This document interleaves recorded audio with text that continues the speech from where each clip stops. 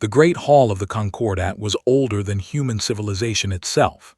Its walls were made of crystal that sang with ancient light, and its ceiling stretched so high that clouds formed beneath it. 12 thrones circled the center platform, each one built for a different species, each one occupied by beings who had ruled the galaxy for thousands of years. Ambassador of the Dominion stood at the center of this hall. His gray skin reflected the soft glow of the floating screens around him. He was tall and thin, with 4 arms and eyes that never blinked. Today, he would present his findings about the spacefaring species to join the galactic community. Today, he would talk about humans. Honored members of the Concordat, began, his voice echoing through the massive chamber. I have completed my assessment of the species known as humanity.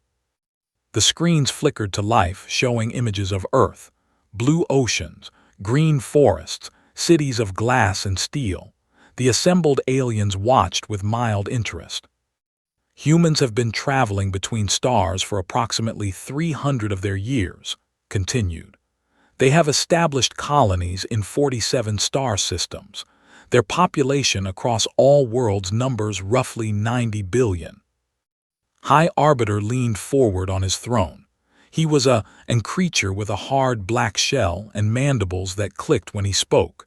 His species controlled the largest military in the Concordat. And their military capability, he asked. Change the display. Ships appeared on the screens. Human ships. They were small and boxy, nothing like the elegant curved vessels of the elder races. Approximately 10,000 military vessels, said. Their weapons are based on primitive kinetic and fusion technology. Their shields are adequate but unremarkable. Their faster-than-light drives are slow compared to our standards. Soft laughter rippled through the council. A diplomat whispered something to his neighbor. They clicked their mandibles in amusement. But what makes humanity truly remarkable, said, and something strange entered his voice, is their history. The screens changed again. Now they showed war, human war, trenches filled with mud and blood, cities burning under nuclear fire, soldiers fighting in jungles, in deserts, in frozen wastelands.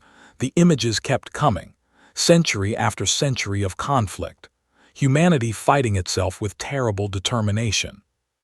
They nearly destroyed themselves, said, multiple times. They created weapons capable of ending all life on their planet, and they used them. They poisoned their own atmosphere. They killed billions of their own kind over resources, territory, and ideas. The laughter in the hall grew louder now. The elder races found this hilarious. What kind of species tried to destroy itself? What kind of species was so primitive, so foolish? High Arbiter raised one of his sharp limbs for silence. So they are violent and stupid, he said. This is your assessment. Hesitated. For just a moment, something like doubt crossed his face. They are persistent, he said carefully. Despite everything, they survived. They rebuilt. They reached for the stars even while their world was still healing from their wars. Persistence is not strength, declared. A pest is persistent. That does not make it worthy of respect. The council voted. It took less than an hour. Humanity's request to join the Concordat as equal members was. They were classified as a developing species, a polite way of saying they were considered inferior. They would be allowed to trade with the elder races. They would be allowed to exist in their small corner of the galaxy, but they would never sit on the council. They would never have a voice in galactic affairs. Ambassador received the news in silence. She was a small woman with gray hair and calm brown eyes. She had served humanity for 40 years, first as a soldier, then as a diplomat. She had hoped things would be different. She had hoped the elder races would see past their arrogance. She thanked the council for their time. She gathered her papers. She walked out of the great hall with her head held high, even as alien laughter followed her through the crystal doors. 3 months later, the hegemony made its move. They claimed that 3 human colony worlds on the frontier were actually territory. Ancient maps were produced. Legal documents were cited. It didn't matter that humans had lived on these worlds for 100 years. It didn't matter that 30 million people called these planets home. The fleet arrived without warning.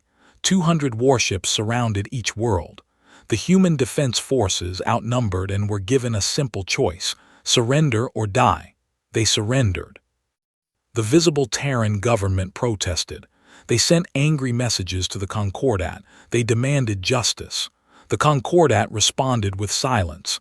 After all, what could humans do? They were weak. They were primitive. They had no real power. Return to Earth. She took a shuttle to the moon. She descended into a facility that did not officially exist, through doors that were not on any map, into a room that was buried so deep it was surrounded by rock on all sides. Admiral was waiting for her. He was an old man with a face and mechanical eyes that glowed faintly blue. He had been declared dead 15 years ago. A convenient fiction. "How long do we have?" he asked. Sat down heavily. "They are already implementing occupation protocols. Our people are being moved into labor camps. The other council races are watching to see if we'll fight back." "Will we?" Looked at him. Behind the Admiral, screens covered every wall. They showed things that would make the Concordat Council weep with terror: ships, weapons, facilities hidden in the darkest corners of human space. 200 years of secret preparation. 200 years of waiting. "Not yet," said. "We wait, we watch, we let them believe we are exactly what they think we are." Admiral nodded slowly. "And if they push further, if they take more worlds?" His eyes hardened. Something cold entered her voice, something dangerous. "Then we show them the truth. Then we show them what humanity really is." Far from Earth, in the spaces between stars, in the hearts of dead suns, in dimensions that the elder races said were impossible to reach, something stirred. 500,000 ships waited in the darkness. They had been waiting for a very long time. They would not wait much longer. 6 months passed. On the colony world of New Helsinki, the occupation grew worse every day. Commander Al of the hegemony stood on the balcony of what used to be the human governor's mansion. Below him, the capital city stretched toward the horizon.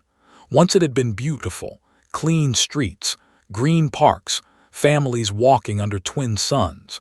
Now it was a prison. Walls divided the city into sectors. Armed soldiers patrolled every corner.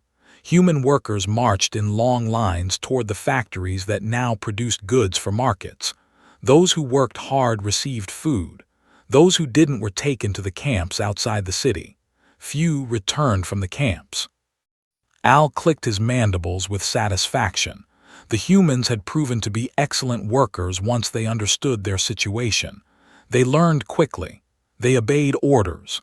They did what they were told. "Weak creatures," he said to his aide, "but useful." Across the city, in a basement that they hadn't discovered, Lieutenant Commander Sarah was having a very different kind of meeting.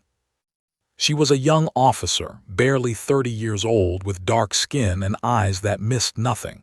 She had been stationed on New Helsinki when the invasion came.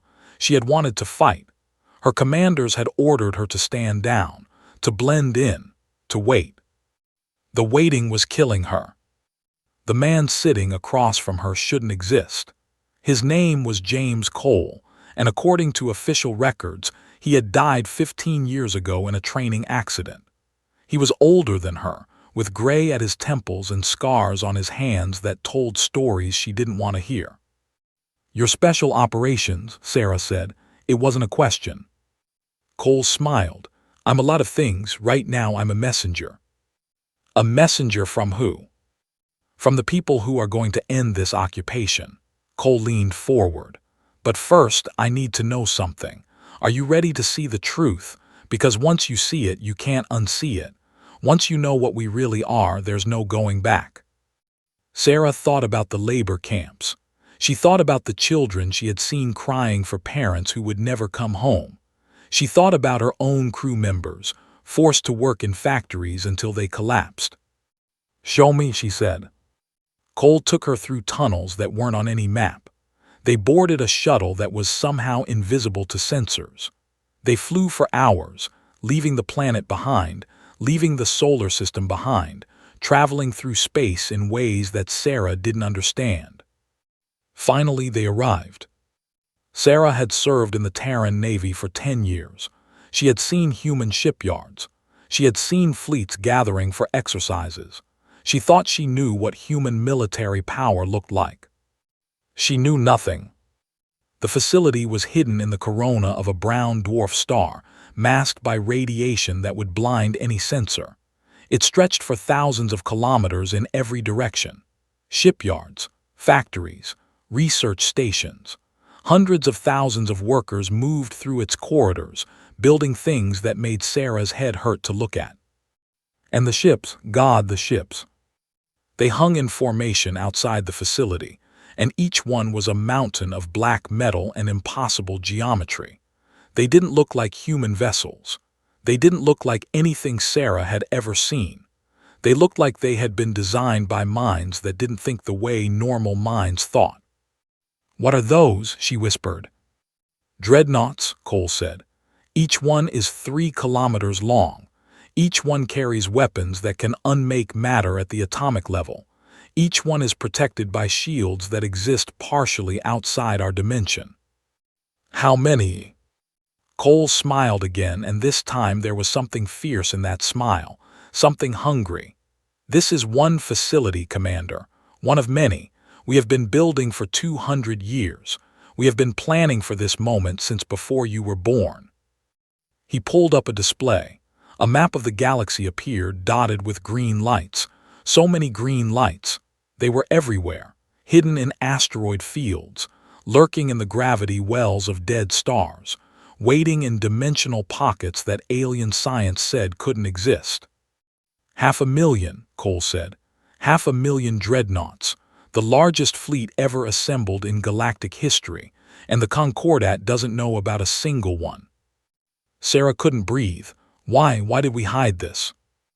Because we hoped we would never need it. Cole's voice was quiet now. We watched the elder races. We studied them. We hoped that someday they would see us as equals. We hoped that peace was possible without showing our teeth. He paused. We were wrong. The occupation, Cole nodded. They took our worlds, they put our people in camps, and the Concordat did nothing. They watched and laughed and called us weak. His hands tightened into fists. They had their chance. They failed the test. Sarah stared at the display. 500,000 ships, more firepower than the entire Concordat combined, and humanity had hidden it all. "When?" she asked. "Soon. They are planning to expand. 4 more worlds will fall within the month unless we act." Cole turned to face her directly. "Admiral is initiating Phase 1. We're going to rescue our people from New Helsinki, and we're going to show the galaxy exactly who they've been dealing with." "What do you need from me?" "When the time comes, keep your people safe. Get them to the evacuation points. We'll handle the rest." Sarah looked out at the impossible ships floating in the darkness. All her life, she had believed that humanity was struggling to survive in a hostile galaxy. All her life, she had felt small and weak compared to the elder races. That feeling was gone now. In its place was something new, something powerful. The wolves had been pretending to be sheep, and now the sheep were about to learn the truth. Far away on New Helsinki, Commander Al received a report. Several sensor stations on the edge of the system had gone dark, probably equipment failure. Nothing to worry about. He didn't worry. He went back to planning the expansion of his labor camps. He would regret that decision very soon. The morning sky above New Helsinki was gray and cold. Commander Al stood in his command center, watching the daily reports scroll across his screens. Production was up. Resistance was down. The humans were learning their place. Then the alarm started screaming. "What is happening?" Al demanded. His sensor officer's voice shook with confusion. "Something just appeared in orbit, Commander. It came out of nowhere. No warning, no approach vector, it just appeared." Al pushed the officer aside and stared at the display himself. There was indeed something in orbit, one ship, a single vessel hanging in the void above the planet. But it was wrong. Everything about it was wrong.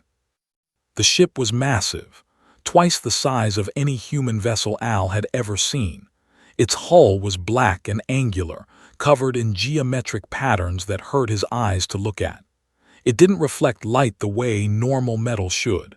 It seemed to drink in the light around it. "That is impossible," Al whispered. "Humans cannot build something like that." His communication officer turned pale. "Commander, they are broadcasting to the whole planet."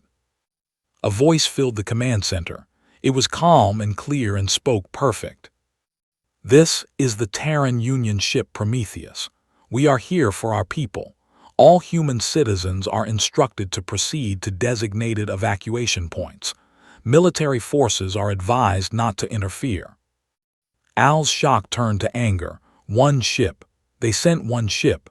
Against his fleet of 60 warships. Against his orbital stations and ground forces.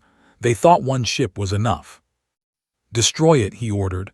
"All ships open fire." The fleet responded instantly. 60 warships turned their weapons toward the Prometheus. Thousands of missiles launched. Energy beams crossed the void. It was enough firepower to destroy a small moon. None of it mattered. The missiles didn't explode against the Prometheus. They simply stopped existing the moment they got close. The energy beams bent around the ship like water flowing around a stone. The weapons, the most advanced technology in the hegemony, did absolutely nothing. Then the Prometheus fired back. Its weapons didn't make sense. There was no beam, no projectile, no flash of energy. One moment a cruiser existed. The next moment there was empty space where the cruiser had been. Not debris, not wreckage, nothing. The ship and its crew of 2,000 had simply been erased from existence. Another ship vanished, then another, then 3 more. Al watched his fleet die in silence. His officers were screaming around him, but he couldn't hear them. He could only watch as 23 of his warships were unmade in 4 minutes and 37 seconds. Then the Prometheus stopped firing. The remaining ships drifted in confusion, their commanders too terrified to move or attack. The voice came again. "Military forces, this is your only warning. Do not interfere with the evacuation. Do not harm any human citizen. If these conditions are violated, we will resume defensive operations." On the ground, Sarah moved through the streets of the capital. Around her, people were emerging from their homes, their workplaces, their hiding spots. They looked up at the sky with tears in their eyes. They had seen the battle. They had seen the fleet crumble like paper in the wind. "Move to the evacuation points," Sarah told everyone she passed. "Stay calm, help each other. We're going home." Ships began appearing in the atmosphere. Not ships, Terran ships. Dozens of them, then hundreds, dropping out of that strange folded space that had brought the Prometheus. They landed in parks, in fields, in empty parking lots. Their doors opened, and crews in Terran uniforms began helping civilians aboard. Commander could only watch. His ground forces had been ordered to stand down after the fleet was destroyed. What could they do? If one human ship could erase his warships without effort, what hope did soldiers with rifles have? In 72 hours, it was over. 30 million humans were evacuated from 3 occupied worlds, every single one.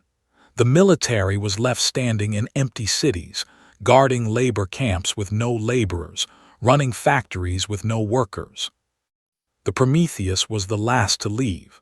Before it vanished back into whatever dimension it had come from, it broadcast one final message. "We came for our people. We leave your forces alive as a gesture of good faith. Do not test us again." Then it was gone. The news spread across the galaxy like wildfire. The Concordat Council convened in emergency session. High Arbiter stood before the other 11 species, his mandibles clicking with fury. "This is impossible," he declared. Humans do not have this technology. This must be a trick, some kind of deception." "It was not a trick," Ambassador said quietly. The diplomat had reviewed all the sensor data. He had seen what the Prometheus could do. The weapons did not malfunction. They simply did not affect the human vessel. And the human weapons, he paused, struggling to find words. They unmade matter completely. There was no explosion, no residual energy, nothing. The ships were simply removed from existence. The council fell silent. "Where did this technology come from?" someone asked. No one had an answer. High Arbiter slammed his claw against his throne. "It does not matter where it came from. The humans have challenged the Concordat. They have humiliated the hegemony. This cannot stand." He turned to face the other members. "I propose we mobilize the combined Concordat fleet, every ship from every species. We will march on human space and remind them that they are nothing compared to the elder races." The vote was called. 11 species voted yes, the abstained. 400,000 warships began gathering. It was the largest military force ever assembled in galactic history, enough firepower to destroy entire star systems. Director requested one final audience with the council. They granted her 5 minutes. She used only 30 seconds. "You have built your civilization on the belief that you are the strongest beings in this galaxy," she said. Her voice was calm. Her eyes were cold. "You are wrong. You have mistaken our patience for weakness, our restraint for inability. You now march your fleets toward our borders." She paused and looked at each council member in turn. "We ask you one final time to turn back. This is not a threat. It is a kindness. It is the last kindness you will receive." She walked out without waiting for a response. The council laughed. They called her bluff. They did not turn back. They would soon wish they had. Admiral of the commanded the combined Concordat fleet from the bridge of his flagship. Around him, 400,000 warships stretched across space in perfect formation. Every elder race had sent their finest. They had contributed 100,000 vessels, hungry for revenge. They had sent their pride, the legendary Silver Armada. Even the peaceful races had sent ships, eager to witness humanity's punishment. It was the largest military force ever assembled. It was beautiful and terrible and absolutely unstoppable. Or so they believed. "We are approaching the border of human space," its navigation officer reported. "All ships report ready for combat." Nodded slowly.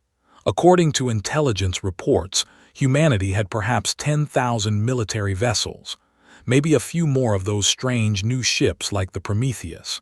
It didn't matter. Even if every human ship fought to the death, they couldn't hope to stop 400,000 Concordat warships.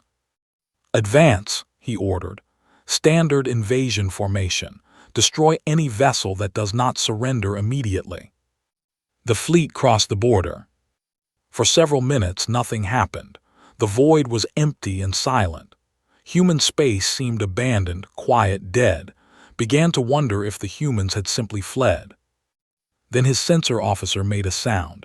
It was not a word. It was barely a noise, just a soft, strangled gasp of pure terror. "Admiral," the officer whispered, "you need to see this."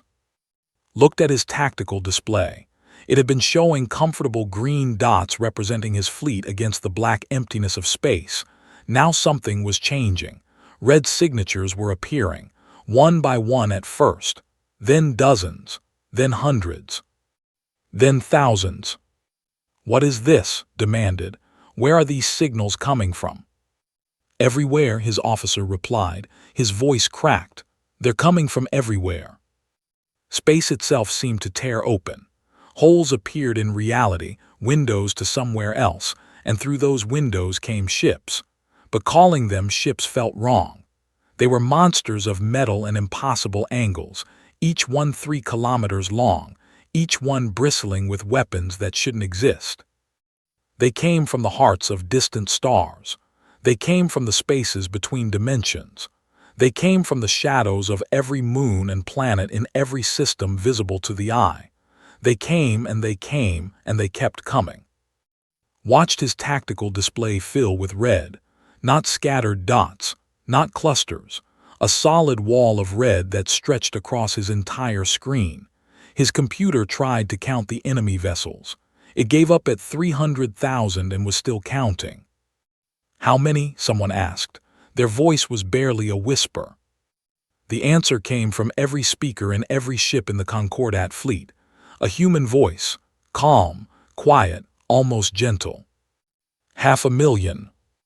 Admiral's face appeared on screens throughout the Concordat fleet. He looked tired and old, but his eyes burned with something fierce. "You wondered why humanity never developed shields like yours," he said. "Weapons like yours, drives like yours. It's because we were building something else, something better, something you never imagined because you couldn't imagine it." The tactical display stopped trying to count. 500,000 Terran Dreadnoughts now surrounded the Concordat fleet. Each one was larger than anything the elder races had ever built. Each one was aimed directly at them. "You called us weak," Admiral continued. "You called us primitive. You put our children in camps. You laughed when we asked for peace. You laughed when we asked for equality. You laughed when we warned you to turn back." His expression hardened. Something cold and ancient entered his voice.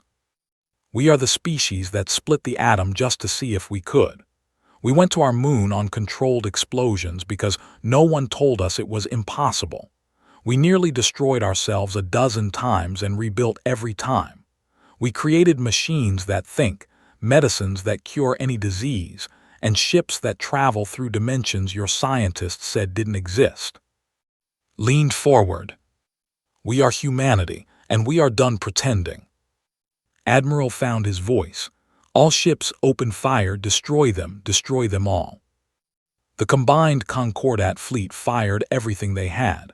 400,000 ships unleashed their full fury.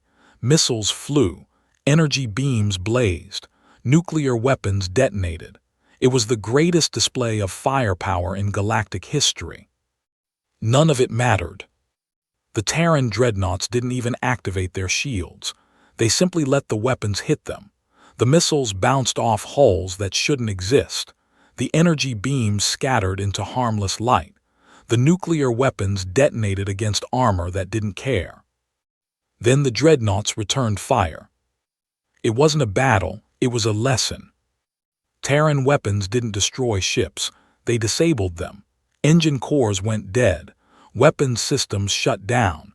Shield generators burned out. Life support remained functional, but everything else simply stopped working. Watched his fleet die in 6 hours, not in explosions and fire, but in silence and stillness. 400,000 warships became 400,000 drifting tombs. Their crews were alive. They could see. They could breathe.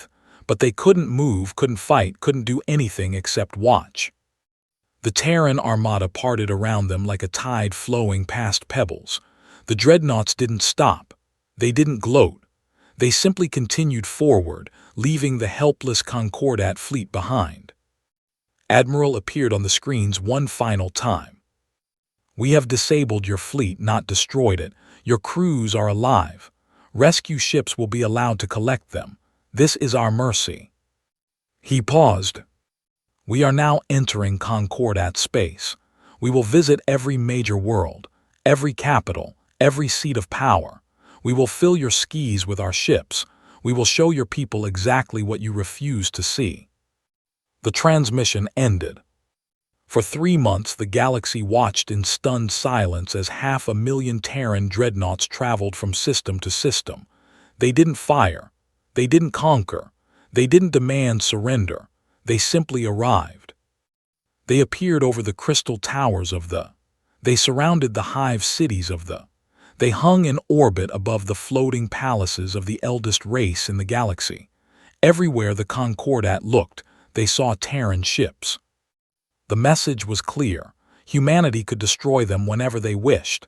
They chose not to. That was more terrifying than any weapon. The High Arbiter stood on his balcony and stared up at the sky.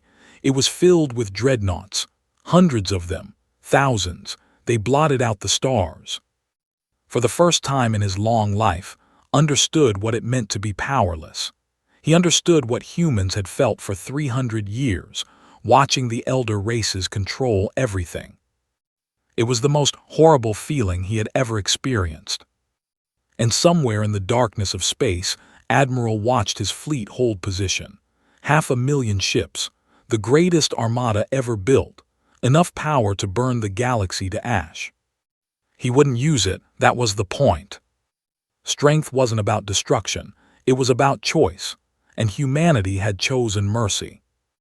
Now it was time to see if the galaxy could learn the same lesson. The great hall of the Concordat had never been so quiet. The 12 thrones still circled the central platform, but now the beings who sat upon them were not rulers. They were prisoners. Their fleets were disabled. Their worlds were surrounded. They had no power left except the power to listen. Director stood at the center of the hall.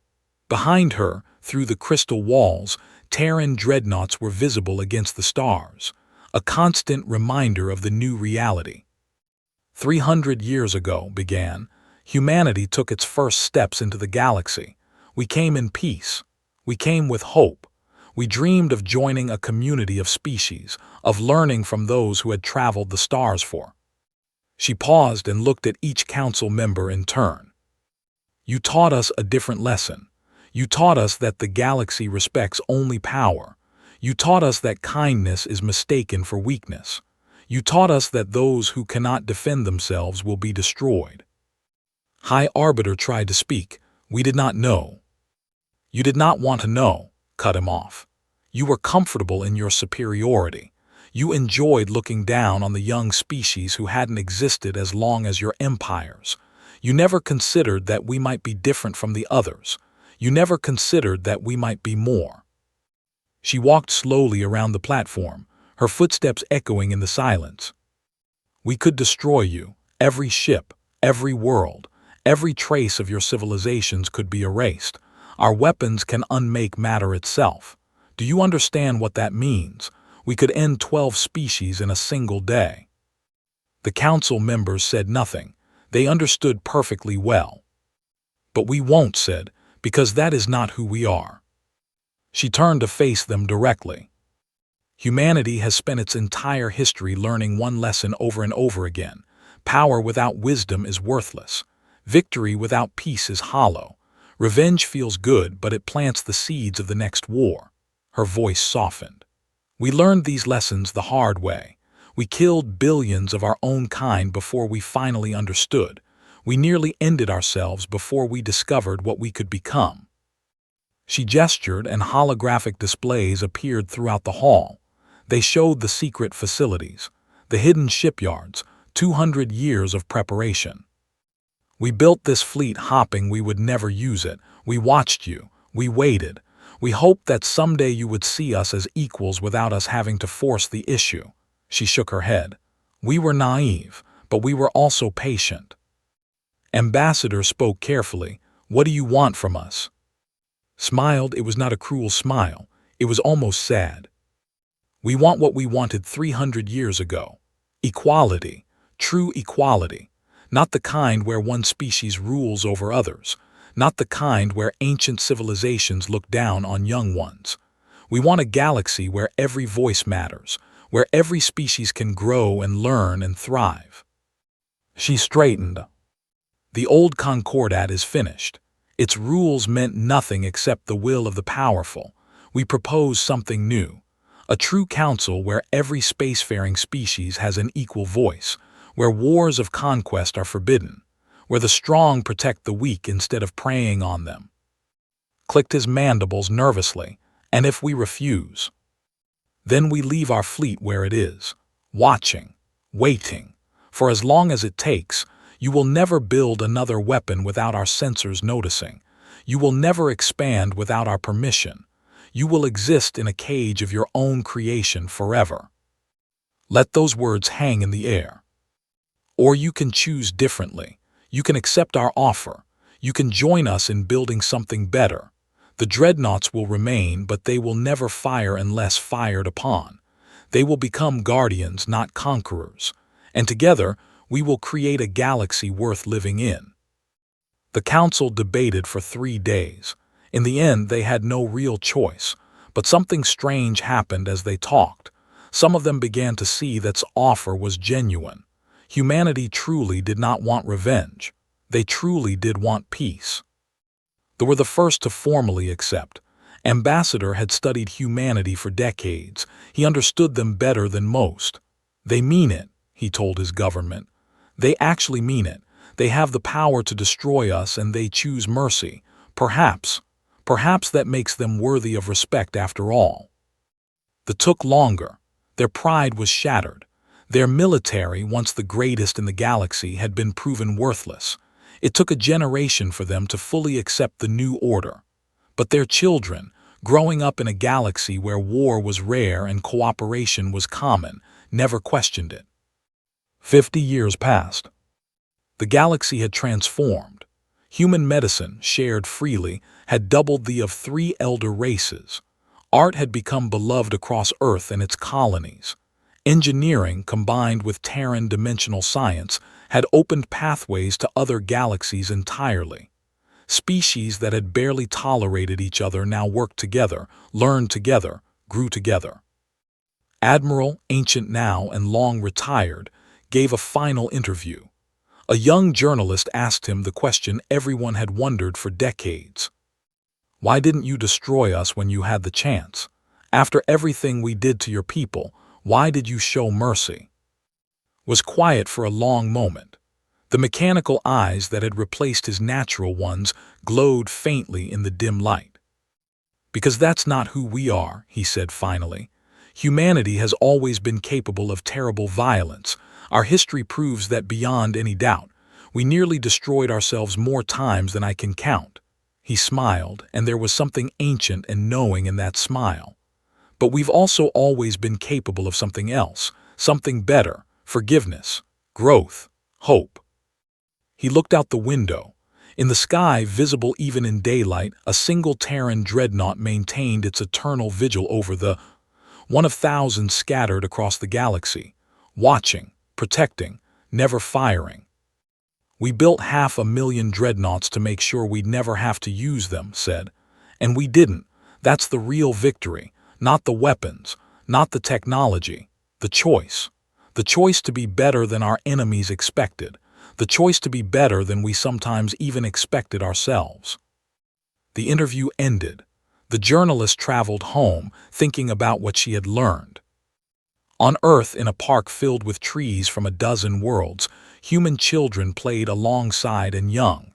They chased each other through the grass. They laughed in 3 different languages. They didn't remember the occupation. They didn't remember the war. They only knew the galaxy as it was now, peaceful, diverse, full of wonder. Above them the sky was blue and clear. But if you looked carefully, you could see a single dark shape among the clouds. A dreadnought, always watching, always waiting. The galaxy had believed humans were weak. They had believed that power meant violence, that strength meant cruelty, that the young species from the little blue planet would break or submit. They were wrong. Humanity's greatest strength was never its weapons. It was never the 500,000 ships that could unmake stars. It was something simpler and more powerful than any technology. It was the choice to be better, the choice to show mercy, the choice to build instead of destroy. That was what made them human. And that was why, in the end, the galaxy learned to follow their example.